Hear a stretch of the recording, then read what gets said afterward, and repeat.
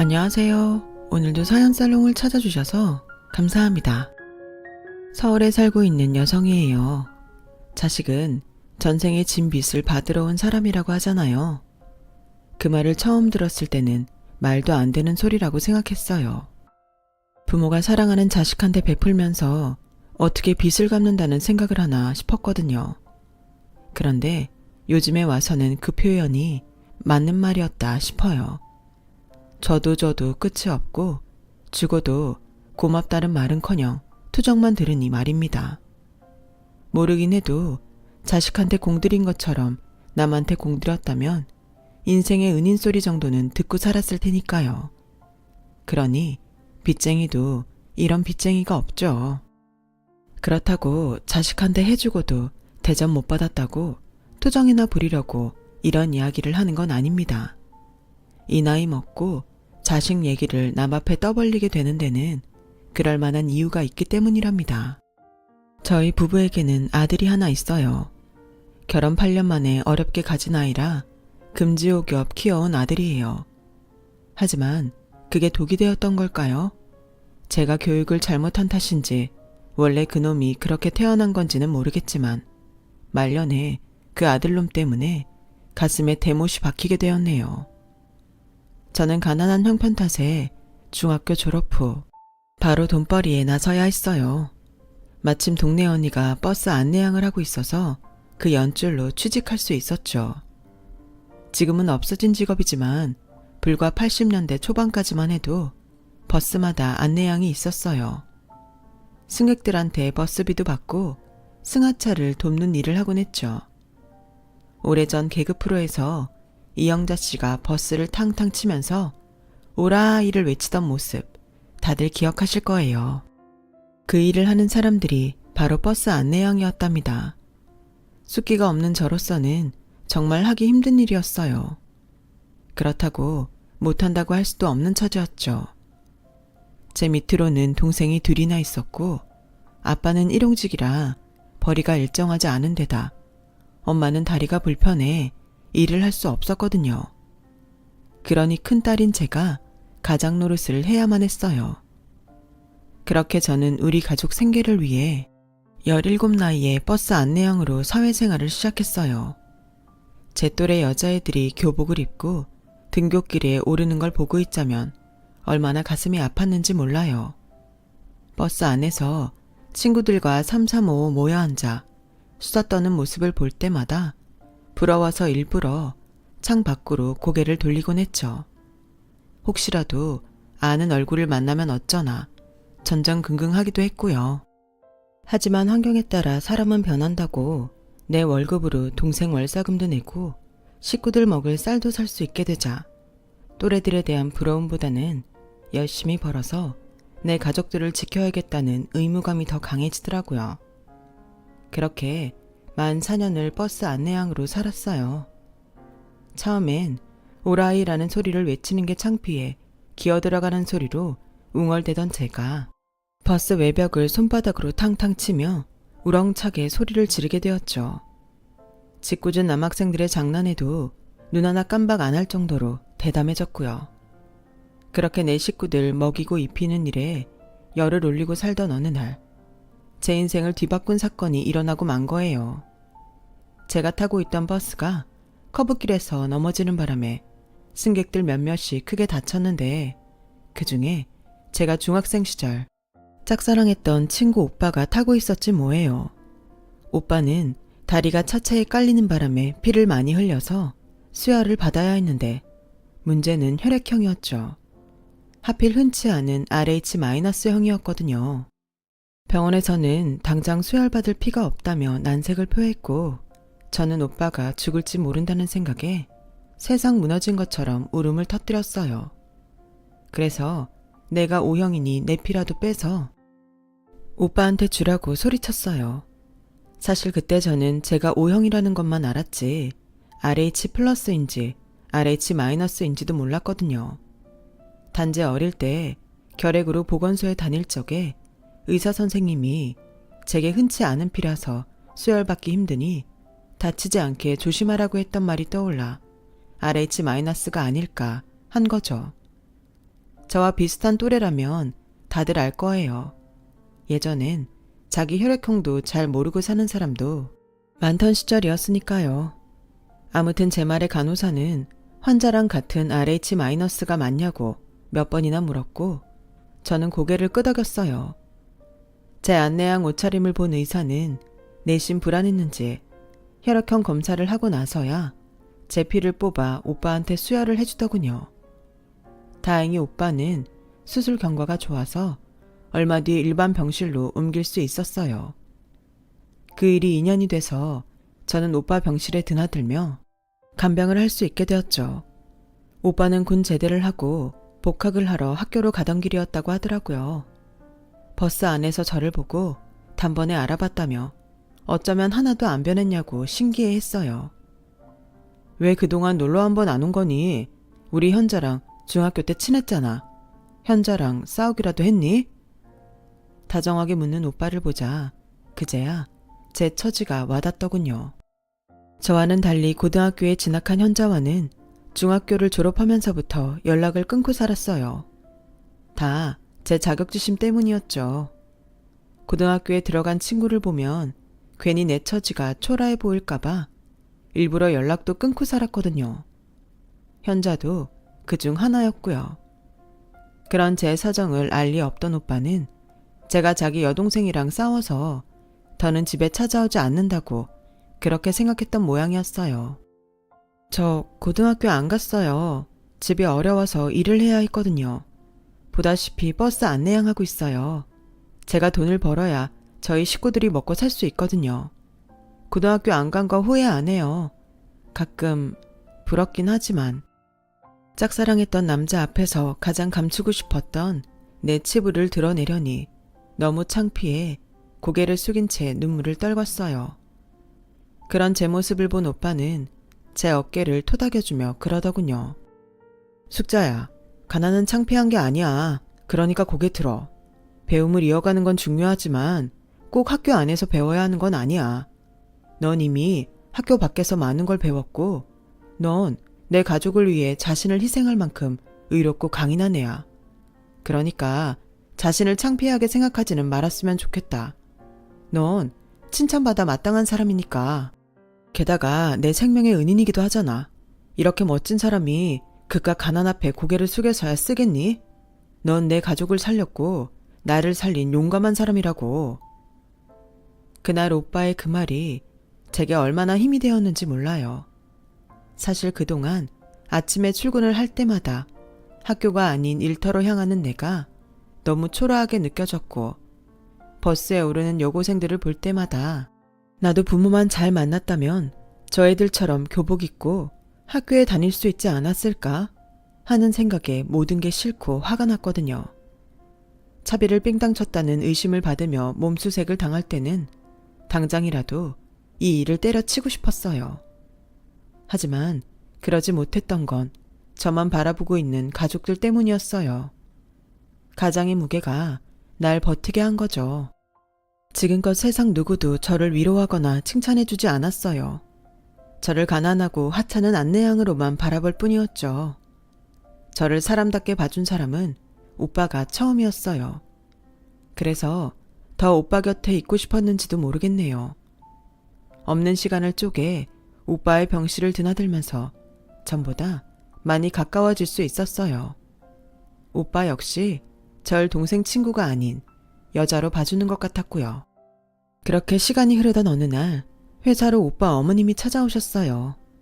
제 피로 당신 아들이 무사히 수술을 받을 수 있었다는 얘기를 전해 들으시곤 감사 인사를 하러 오신 거였죠. 숙자야, 너 아니었으면 우리 집 태가 끊길 뻔했다. 고마워서 어쩌니? 내 이 은혜는 절대 잊지 않으마. 아주머니께서는 핸드백에서 돈 봉투를 꺼내시곤 제게 건네셨어요. 제가 한사코 거절을 하자 제 귓가에 조용히 속삭이셨죠. 받아. 그리고 더는 병원에 오지 마. 돈은 줘도 내 아들은 절대 못 주니까. 싸늘한 그 말에 소스라치게 놀랐어요. 이미 오빠와 제 사이가 가까워진 걸 알고 경고하러 오신 거였으니까요. 그렇게 제 손에 돈 봉투를 남기시곤 아주머니는 돌아가셨어요. 돈봉투 속에는 제 한 달치 월급에 몇 배가 되는 돈이 들어있더군요.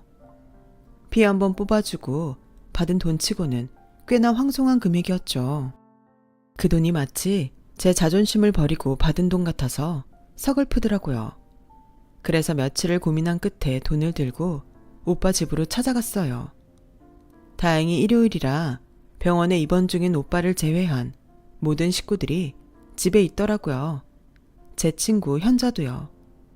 저는 가지고 간 돈을 아저씨께 드리곤 이런 거 안 주셔도 돼요.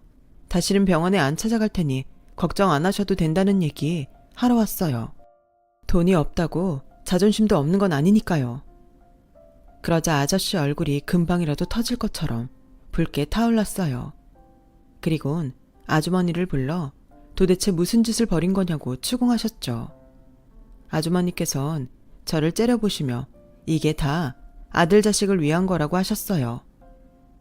그럼 중학교밖에 못 나온 애가 내 아들 주변을 맴도는데 그냥 보고만 있으라는 거예요? 난 그렇게 못해요. 놔뒀다가 마음 약한 우리 정훈이가 혹여 저 애한테 연민이라도 품으면 그땐 어쩌려고요. 그러니 일찌감치 싹을 잘라놔야죠. 안 그래요? 저요. 저런 애가 내 아들 옆에 있는 것만으로도 진저리 치게 싫어요. 그러자 가만히 듣고 있던 아저씨께서 버럭 소리를 치셨어요. 당신 지금 그걸 말이라고 해? 당신 아들 귀한 줄은 알면서 어떻게 남의 자식 귀한 건 몰라? 아무리 속 좁은 옆에 내라지만 자식 키우는 사람이 그것밖에 안 되냐고. 얘 아니었으면 당신이 그리 애지중지하는 아들 이 세상에 없었어. 은혜는 못 갚을 망정 어떻게 인겁을 쓰고 이럴 수가 있냐고. 당장 사과해. 당신이 이 애 가슴에 못질한 거 당장 사과하라고. 안 그랬다간 쫓겨날 줄 알아. 아저씨의 불효령에 아주머니는 입술을 삐죽거리며 마지못해 사과를 하셨어요. 미안하게 됐다. 네가 이해해라. 조금도 미안하지 않은 표정으로 한 사과에 기분은 조금도 나아지지 않았지만 이 일로 생각지 않은 전개가 펼쳐지게 된 거예요. 친구가 지 오빠한테 그날 일을 전하는 바람에 오히려 오빠와 제 사이가 가깝게 되는 계기가 되었거든요. 그렇게 저는 수년간 짝사랑하던 오빠와 사귀게 되었고 오빠가 대학을 졸업한 다음에 결혼을 하게 되었어요. 당연히 아주머니의 반대가 거셌지만 자식 이기는 부모 없다고 결국 저를 받아주시게 되었죠. 어렵게 허락받은 결혼이라 어머님은 단단히 벼르고 계셨지만 제 손으로 벌어서 하는 결혼이라 변변한 혼수도 해가지 못했어요. 그리고 그걸 빌미로 어머님한테 미움을 받아야 했죠. 결혼하고 한 2년은 남의 집 며느리와 어찌나 비교를 하시는지 정말 사람 미치겠더라고요. 시집에 들어와 사는 걸 조건으로 한 결혼이라서 아침에 눈을 뜬 순간부터 어머님의 구박을 받아야 했어요. 그렇다 보니 스트레스가 엄청났죠. 당시 남편은 아버님 회사에서 일을 거들고 있었는데 일을 배우는 처지라 제게 신경을 써줄 여력이 없었어요. 친구도 친구일 때야 친구지 시누이가 되고부터는 지 엄마 편에 서서 제게 시누이 노릇을 하기 일쑤라서 저는 제 편 하나 없는 시댁에서 하루하루 죽어가는 기분이었어요. 남들은 벌써 안내양이 부잣집으로 시집가서 출세했다고 했지만 실상은 그 집 식모로 들어간 거나 진배 없었죠. 두꺼비 같은 아들 손주라도 떡하니 안겨들었다면 그나마 제 팔자가 편해졌겠지만 안타깝게도 그러지 못했어요. 결혼하고 3년이 넘도록 아이가 생기지 않았거든요. 그러자 슬슬 겁이 나기 시작했어요. 송기한 집에 시집와 대를 끊게 생겼으니 시부모님 뵐 때마다 면목도 없고 하루하루가 가시방석이었죠. 그러던 중 보다 못한 친정엄마가 어디서 점을 보고 왔더라고요. 거기서 그랬대요. 팔자에 아들이 하나 있기는 한데 전재산과 바꿔야 하는 아이라고요. 그때는 전재산을 주고 바꾸든 말든 아들이 있다는 말만 귀에 들어왔어요.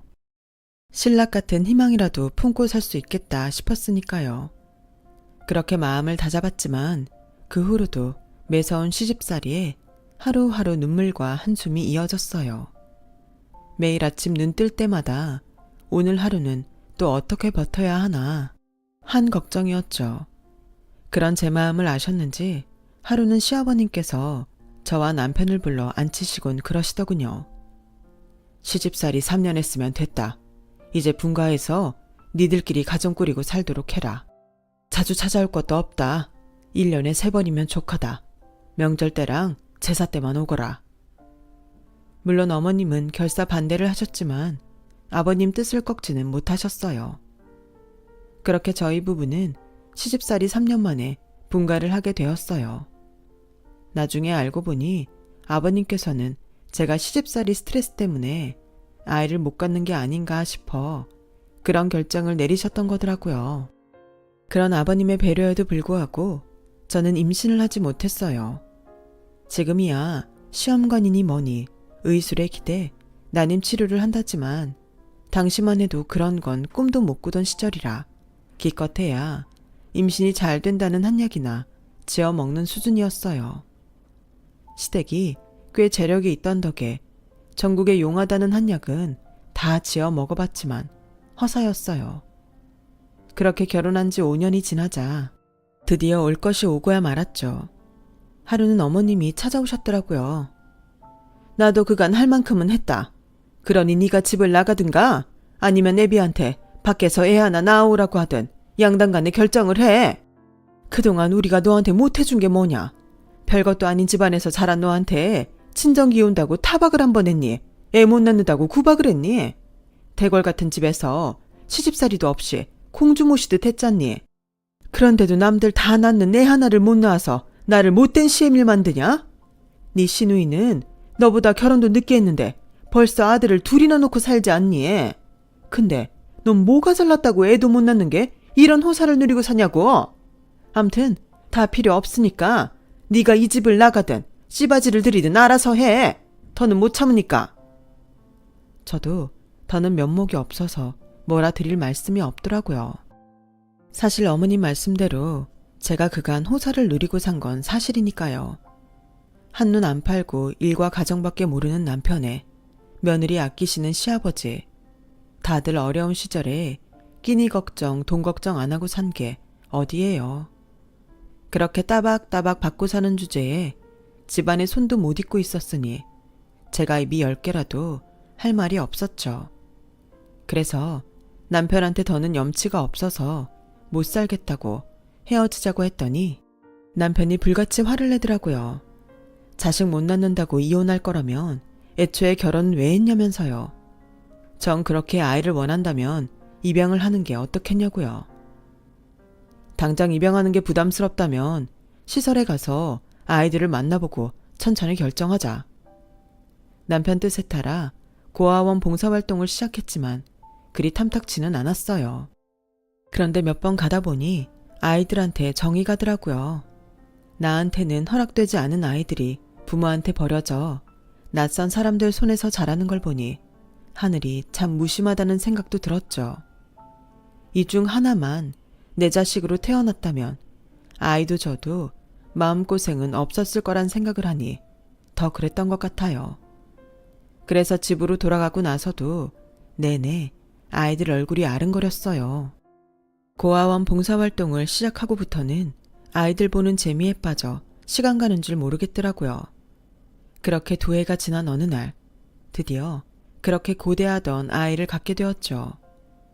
우리 부부도 그랬지만 시부모님께서는 세상 누구보다 기뻐하셨어요.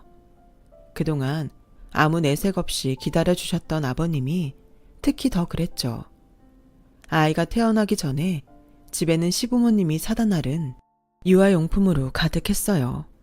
손녀인지 손자인지도 모르는 상황인데도 어머님은 남자아이 옷이며 신발을 사다 나르셨죠.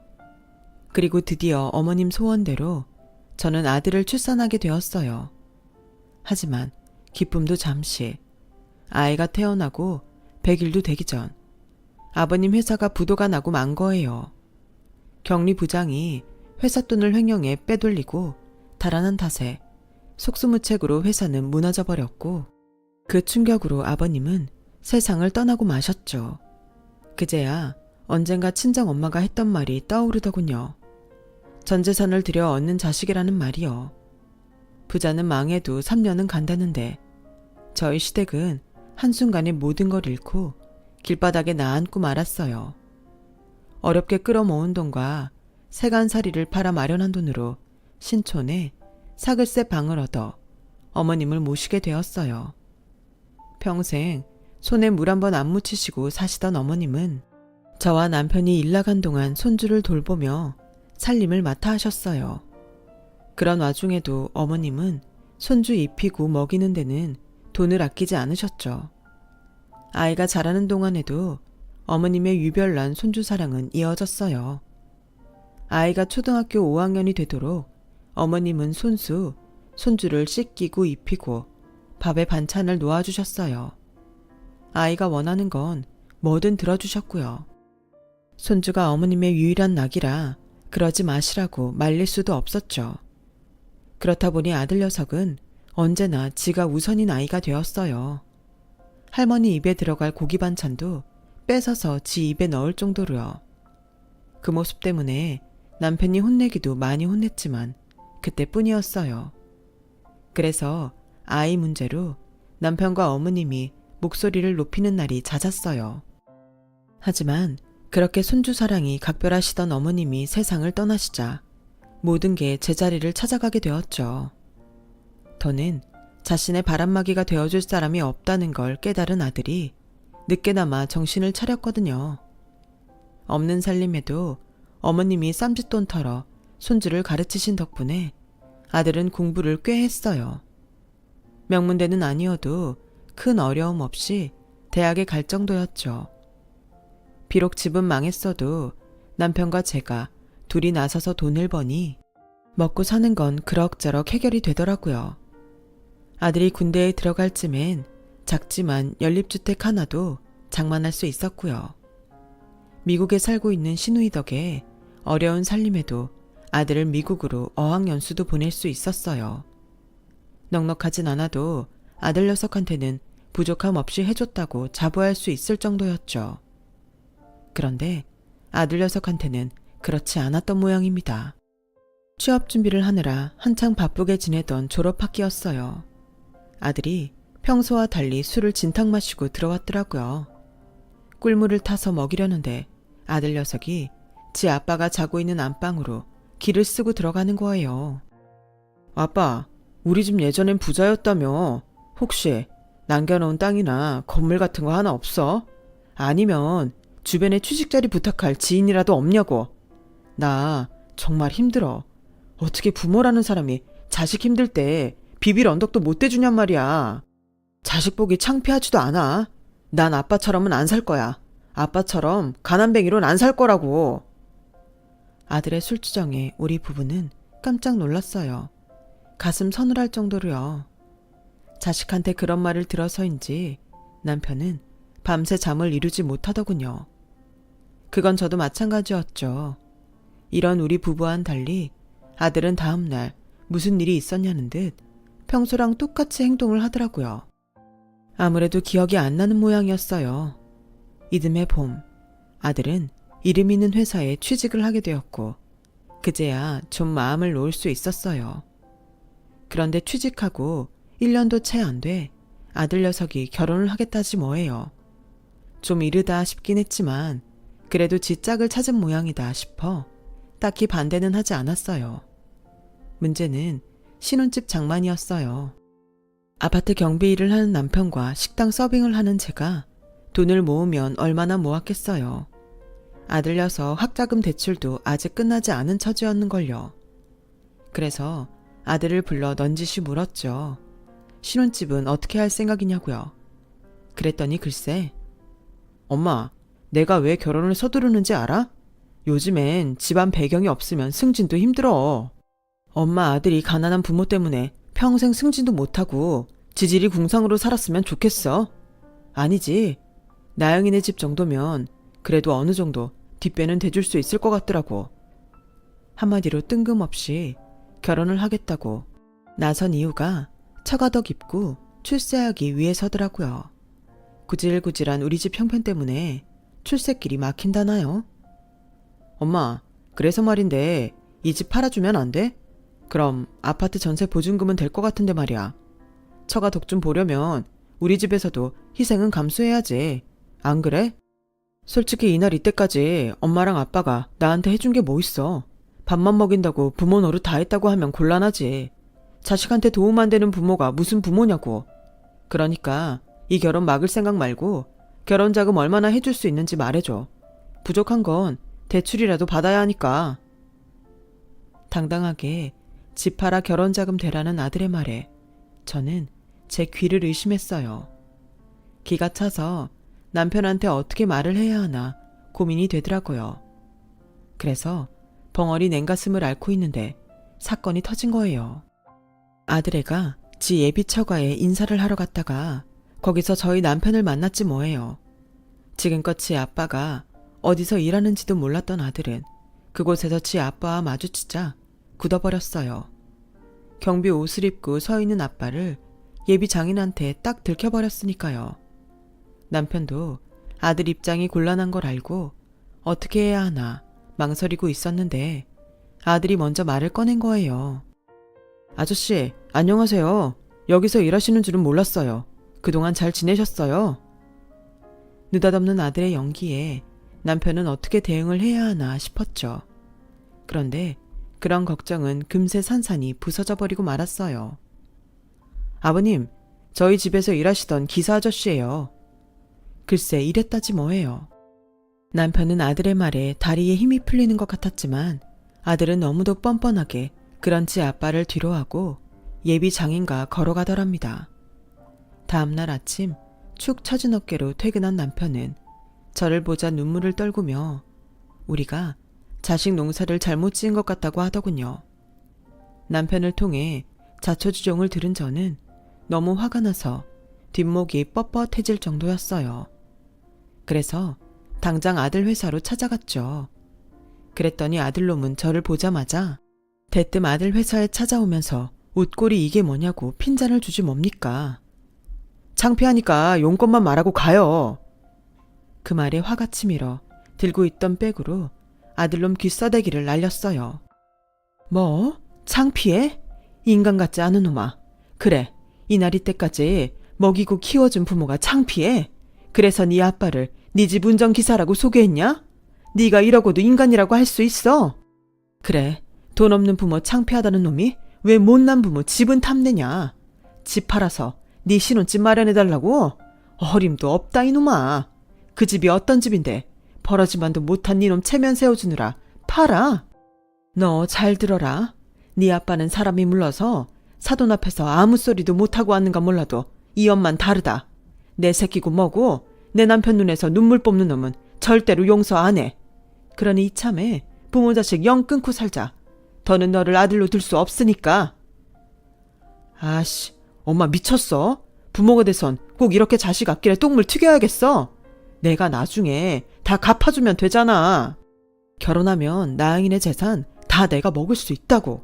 그러니까 빌려준다 셈치고 집 좀 팔아달라는데 뭐가 그렇게 문제야. 걔네 아빠 구슬리면 내 회사도 차려주실 분이라고. 내가 돈 벌면 엄마 아빠 모른 척 하겠냐고. 그러니까 이번 결혼 위해 조금만 참아주면 안 돼? 막말로 경비나 운전기사나 다를 게 뭐야. 어차피 밑바닥 인생인데. 그러니까 일단 집 팔아 돈이나. 그때였어요. 아들이 말이 끝나기도 전에 아들 뺨으로 손이 날아왔거든요. 나영이었어요. 인간 말종 같은 새끼. 너 돈 때문에 나랑 결혼하자는 거였니? 네 부모 등쳐먹고 사는 것도 모자라 내 부모 등골까지 빼먹고 살려고? 근데 어쩌냐? 니네 부모님은 너랑 달라서 양심이 있는 분이시라 이 결혼 쪽났으니 말이야. 너희 아버님이 우리 집에 찾아와 무릎 꿇고 사과하셨다더라. 아들 자식 잘못 키워서 짐승만도 못한 놈이 됐다고. 멀쩡한 남의 집 딸 자식 인생 망치지 않도록 이 결혼 없던 걸로 해달라고 부탁하셨대. 난 그 말 안 믿었는데 지금 네가 니네 엄마한테 하는 걸 보니 네 아빠 말이 100번 옳은 것 같다. 넌 부모 사랑도 필요 없는 인간이야. 넌 사랑받을 가치도 없는 놈이니까. 결혼 없던 일로 하자. 난 돈 없는 남자랑은 살아도 짐승만도 못한 거랑은 절대 같이 못 사니까. 그러니까 다시는 연락하지 마. 아들은 나영의 다리를 잡고 늘어지며 통사정을 했지만 소용없었어요. 그날 밤 퇴근에 돌아온 아들은 지 아빠한테 왜 그런 짓을 했냐고 대들었어요. 그러자 남편이 소리쳤죠.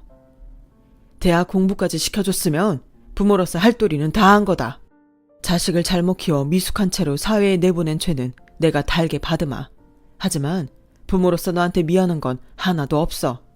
부모는 네가 필요할 때 꺼내먹는 곶감이 아니야. 그러니 함부로 부모의 희생을 강요하지 마라. 앞으로는 내 집에 발도 들일 생각 말고 영 끊고 살자. 지금 이 순간부터 내 집에서 나가줬으면 한다. 남편은 미리 싸둔 아들 짐가방과 함께 아들을 집에서 내쫓았어요. 그리고 다음 날도 그 다음 날도 퇴근 시간에 맞춰서 찾아오는 아들을 기어이 집에 들이지 않았어요. 요즘 TV에서 흑수저니 금수저니 말들 많이 하잖아요. 하나같이 부모한테 받고 자란 것만 따지곤 하는데 저는 그런 자식들한테 묻고 싶어요. 당신들은 부모님한테 얼마나 하고 살았냐고요. 부모 자식 간에도 정이든 돈이든 오가는 게 맞지 않을까요? 일방적인 관계는 세상에 없으니까요. 제 사연을 들어주셔서 감사합니다. 들어주신 분들 가족과 건강하고 무탈하게 행복하셨으면 좋겠습니다. 여러분, 사연 댓글에 응원과 현명한 조언 부탁드려요. 좋아요와 구독은 저에게 큰 힘이 됩니다. 오늘도 좋은 일 가득하세요.